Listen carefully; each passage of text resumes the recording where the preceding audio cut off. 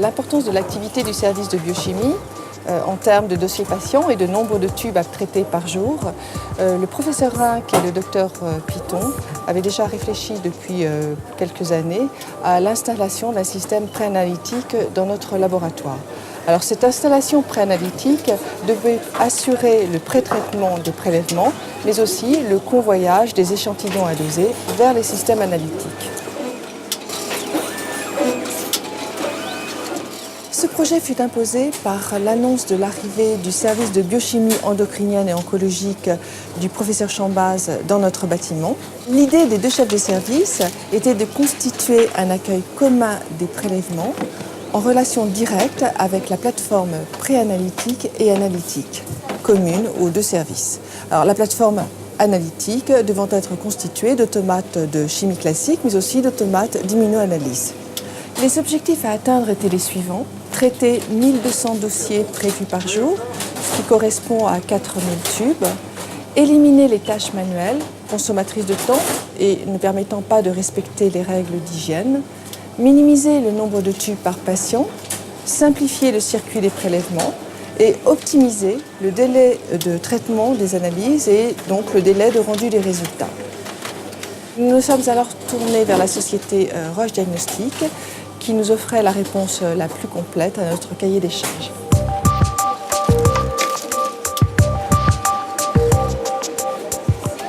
Nous avons donc répondu à ce cahier des charges en nous efforçant de coller aux objectifs.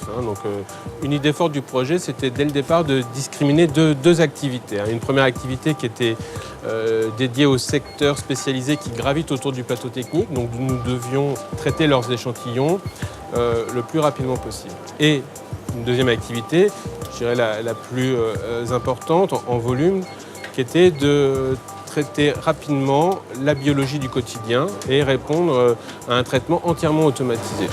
L'idée de faire deux lignes s'est imposée de par ces deux activités. Donc une première ligne qui va être dédiée à un traitement complet de l'échantillon, de l'entrée du tube, centrifugation, jusqu'à la réalisation des résultats, puisque les échantillons sont convoyés sur les lignes analytiques.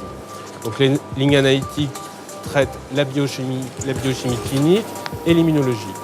Deux lignes analytiques afin de permettre une solution complètement sécurisée et de pouvoir rendre des résultats à 24 heures sur 24 s'il le faut. La deuxième ligne, elle est donc plus dédiée à un traitement préanalytique pour les secteurs spécialisés qui se trouvent ici. L'ensemble est maîtrisé et piloté par un middleware, un système informatique proposé par la société Roche qui permet d'avoir une réelle gestion de la qualité et de la production.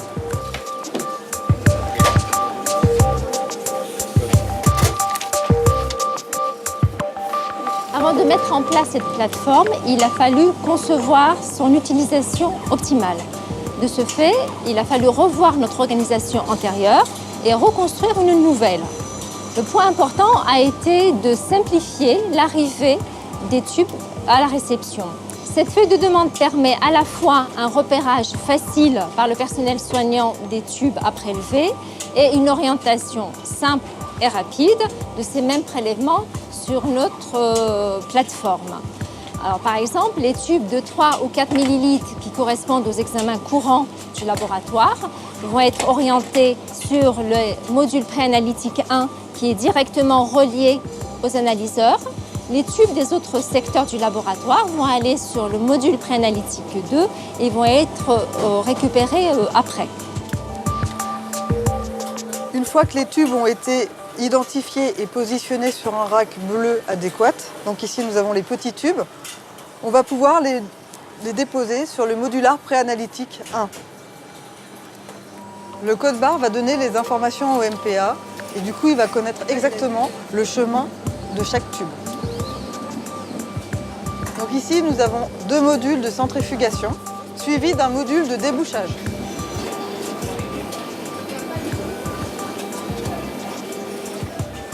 Ici, un module d'alicotage.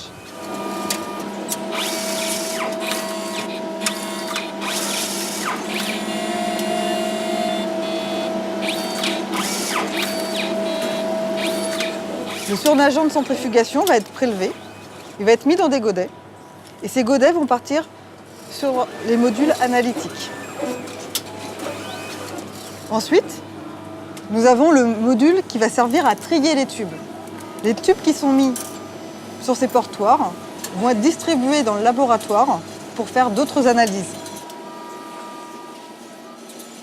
Et enfin, nos tubes primaires vont être mis en attente ici afin de passer sur le MPA2. Le MPA2 va servir à reboucher et à ranger en fait nos tubes primaires. Mais il sert surtout au traitement de nos grands tubes de 6 ml. Donc eux, ils sont positionnés sur un rack vert. Comme le module préanalytique 1, il va centrifuger, il va déboucher les tubes, il va faire des alicots pour faire soit des tubes qu'on va sérotéquer, soit des tubes secondaires qui vont nous permettre de faire des analyses dans le reste du laboratoire. Sur le modulaire préanalytique 2, nous avons 2 modules supplémentaires. Un qui va identifier nos alicots et un autre qui va reboucher les tubes. Ce module sert à faire un tri et va classer les tubes en fonction des différents secteurs du laboratoire pour des analyses ultérieures ou pour la sérothèque. Enfin, les tubes primaires vont être mis sur des portoirs numérotés qui vont nous permettre une recherche facile en cas de problème. De ce côté, les modules analytiques. C'est vrai que la mise en place d'une telle organisation dans un laboratoire d'une telle taille a représenté énormément de travail en équipe et sur de longs mois. Maintenant, le travail, il ne s'est pas arrêté là. Le laboratoire continue à travailler à son amélioration régulière. Et nous, fournisseurs, on travaille aussi côte à côte pour contribuer à cette amélioration. Ça passe par des observations régulières qualitatives de l'organisation et également dans l'aide à la mesure des performances de rendu qui sont ici un objectif majeur de l'organisation. Ça, c'est notre peut-être premier rôle et toujours dans la continuité d'anticiper même les futurs changements de la biologie ici au laboratoire et dans tout le groupement Pitié-Salpêtrière. Alors qu'en est-il au bout d'1 an et 4 mois de fonctionnement de notre plateforme préanalytique analytique?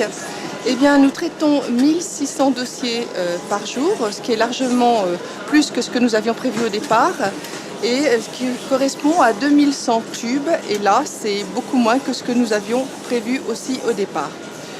Je dirais que en délai de rendu de résultats, il faut compter 1h15 en moyenne à partir de l'enregistrement du dossier jusqu'à la validation biologique.